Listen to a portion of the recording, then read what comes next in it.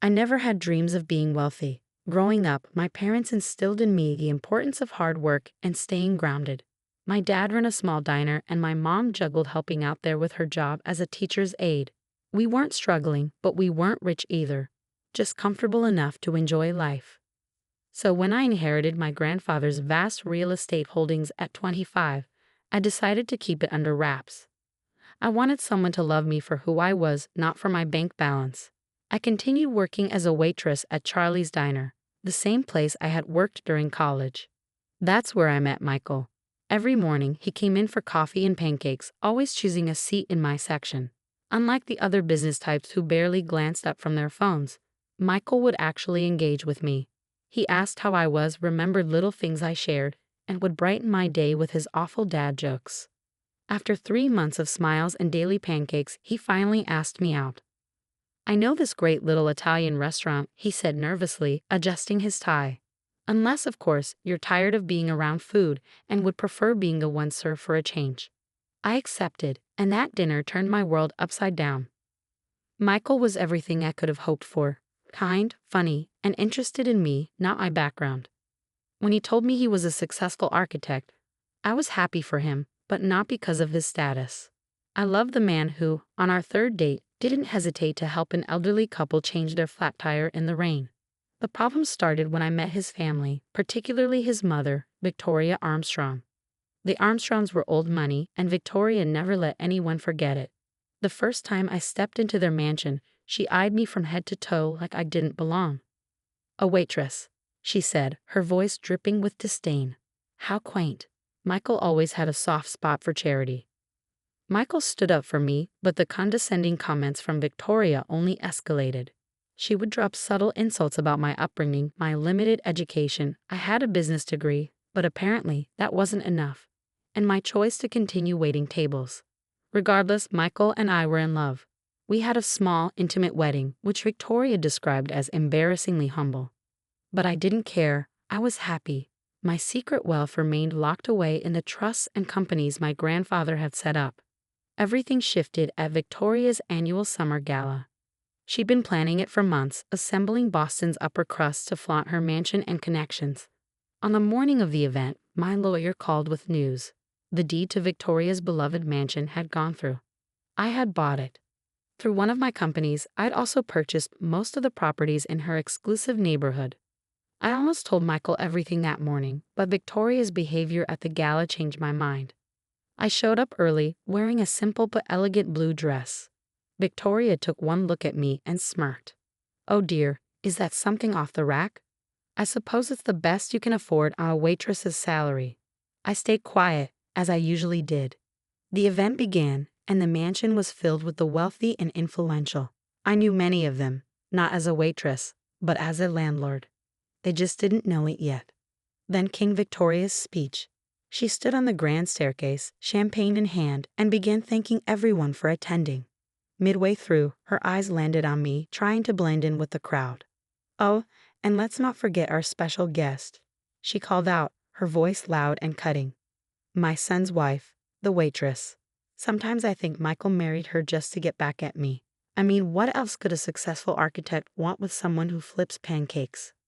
There was laughter, though some in the crowd shifted uncomfortably. Michael was late, stuck in traffic. I was alone.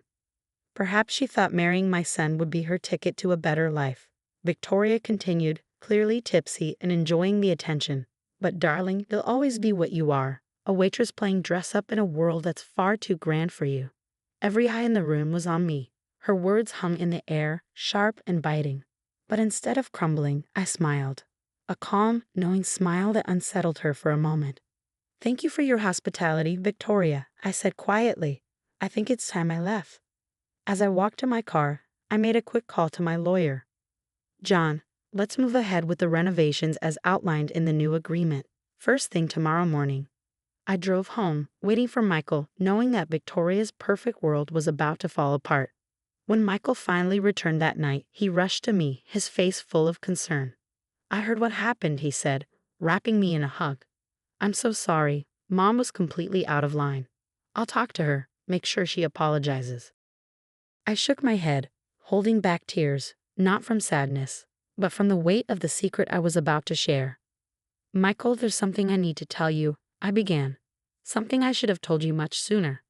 Before I could say more, my phone buzzed. It was John. Everything was set for the morning. Victoria had no idea what was coming. The next day was bright and sunny.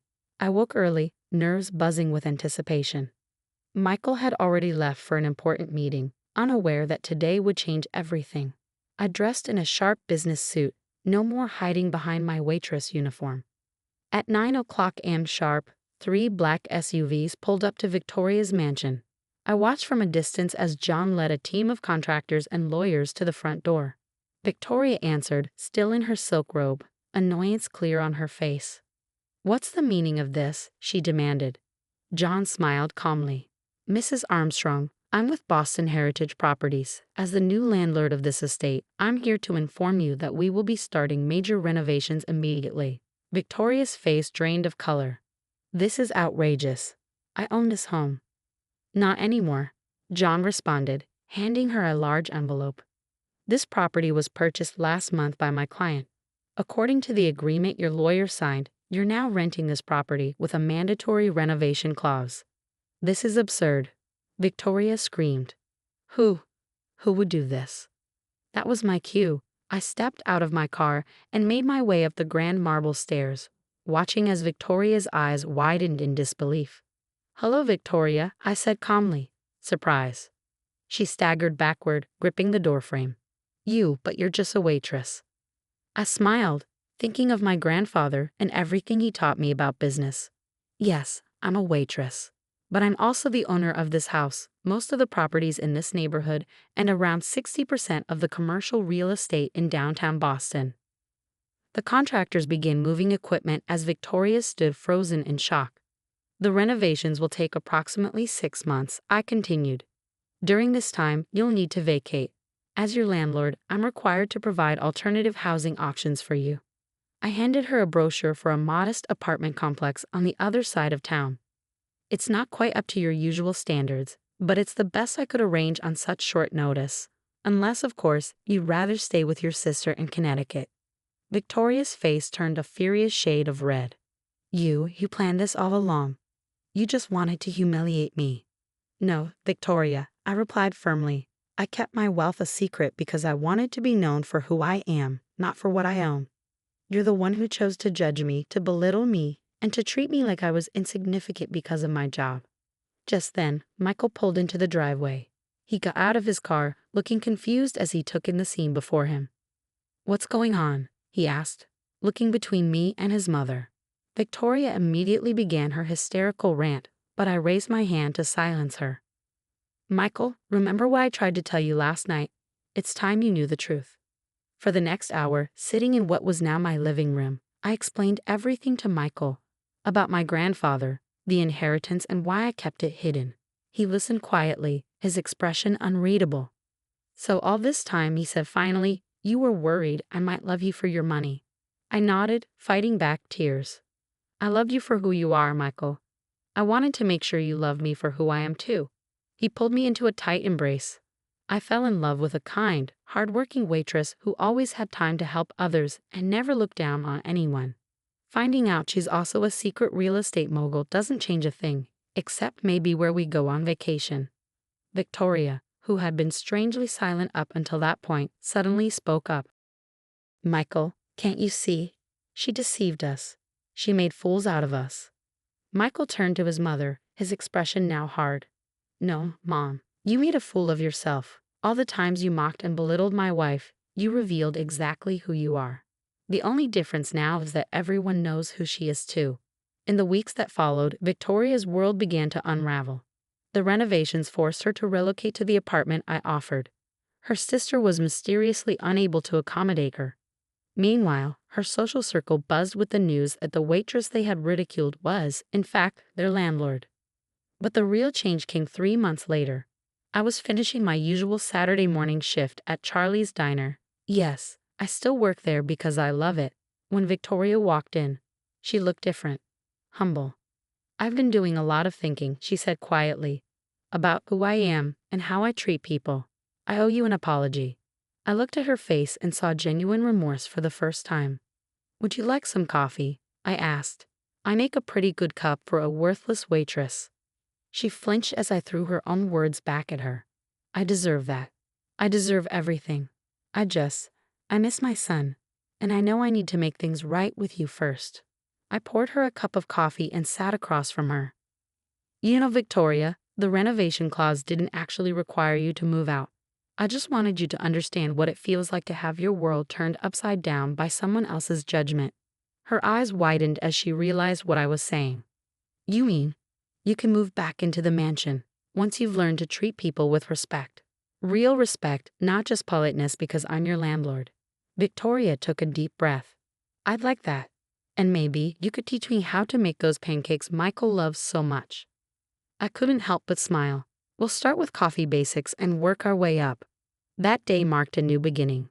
Victoria did eventually move back into the mansion, but not before working part-time at the diner with me for 6 months. She learned everyone's name, their stories, their dreams. She learned that true worth isn't measured by wealth or status, but by how you treat others. Michael and I moved into a penthouse downtown, but we kept our modest apartment too. I continued to work at the diner, reminding myself of where I came from and what really mattered. My grandfather's legacy wasn't just the real estate empire he built, it was the values he instilled in me: hard work, humility, and treating everyone with dignity. Every Sunday now, Victoria joins us for brunch. She makes the coffee herself, though it's still not quite as good as mine. What matters is that she finally understands. True worth isn't about owning a mansion. It's about being the kind of person who deserves to live in one. As for me, I'm still that waitress who serves pancakes with a smile. I'm also a wife, a businesswoman, and surprisingly, a mother-in-law's teacher in the art of humility. But most importantly, I'm myself. And that's worth more than all the mansions in Boston. Thanks for watching, and see you in the next video. Stay stunned.